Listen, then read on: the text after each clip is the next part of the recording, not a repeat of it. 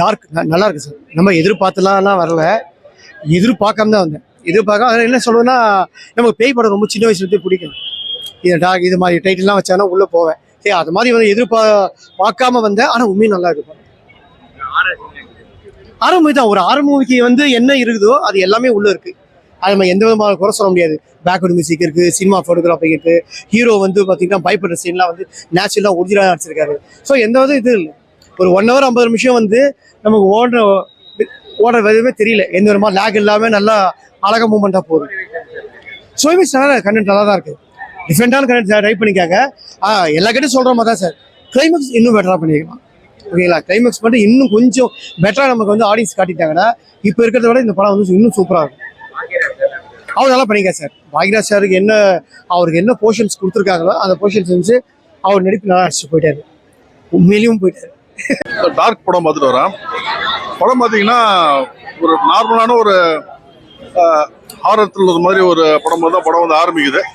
ஒரு வீட்டில் வந்து பேய் இருக்கும்பாங்க. அந்த வீட்டில் வந்து ஒரு பையன் வந்து நம்ம ஹீரோ போய் தங்குறான்.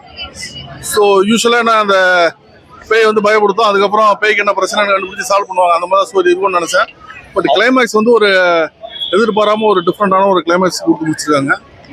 இந்த படத்துல வந்து பொதுவா பேய் படம்னால அந்த பேய் உருவத்தை வந்து வச்சுதான் நிறைய பயப்படுத்துவாங்க. அது இந்த படத்துல வந்து ரொம்பலாம் யூஸ் பண்ணல, ரொம்ப கம்மியா தான் யூஸ் பண்ணாங்க.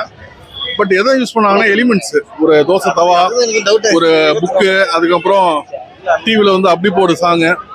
ஸோ டிவி ஆன் ஆகிறது, ஆஃப் ஆகிறது, புக்கு கீழே விழுறது, இந்த மாதிரி ஒரு சில விஷயங்களை வச்சே வந்து பயப்படுத்திருக்காங்க. அதுல ஒரு சில சீன்ஸ் வந்து நல்லாவே வந்து ஆடியன்ஸுக்கு ஒர்க் அவுட் ஆச்சு.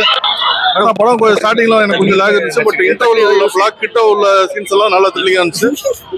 செகண்ட் ஹாஃப்ல கொஞ்சம் ஸ்லோவா தான் போச்சு. பட் கிளைமேக்ஸ் வந்து ஒரு டிஃப்ரெண்டான கிளைமேக்ஸ் கொடுத்துரு. அது ரொம்ப நல்லா இருக்கு. பாக்யராஜ் சாருக்கு கடைசி படம் நினைக்கிறேன். நான் அவர் இறந்ததுக்கு அப்புறம் வர படம்.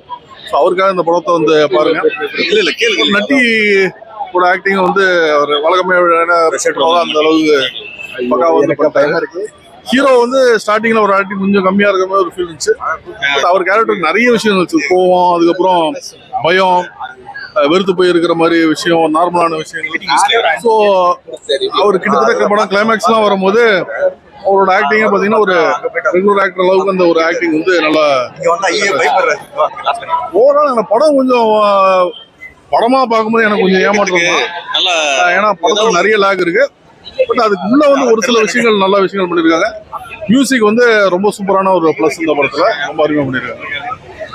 ரொம்ப நல்லா இருந்துச்சு. நான் ரொம்ப தரமான படம். ரொம்ப இந்த பேட்டர்ன், அந்த ஹாரர் த்ரில்லர், அதுக்காக ரொம்ப ஜஸ்டிஃபைடா இருந்தது. கிளைமேக்ஸ் படம் தான் எனக்கு இன்னும் கொஞ்சம் நல்லா சொல்லிருக்கலாம் போன்ற ஒரு எண்ணம். மற்றபடி குறை சொன்ன மாதிரி எல்லாம் இல்ல. ஹாரர் த்ரில்லர் பிரான்ஸ்க்கான படம் தரமா நல்லா பண்ணிருக்காங்க. ஜம்ப்ஸ்டார் நிறைய இருக்கு. உங்களுக்கு வந்து நிறைய ஃபீல் பண்ண வைப்பாங்க. உங்களுக்குள்ளேயே அந்த பயத்தை ஏற்படுத்திருக்காங்க. அது ரொம்ப நல்லா இருந்துச்சு. நல்லா பண்ணிருக்காரு. இந்த படத்துலயும் அதே மாதிரி தான் ரொம்ப நல்லா பண்ணிருக்காரு.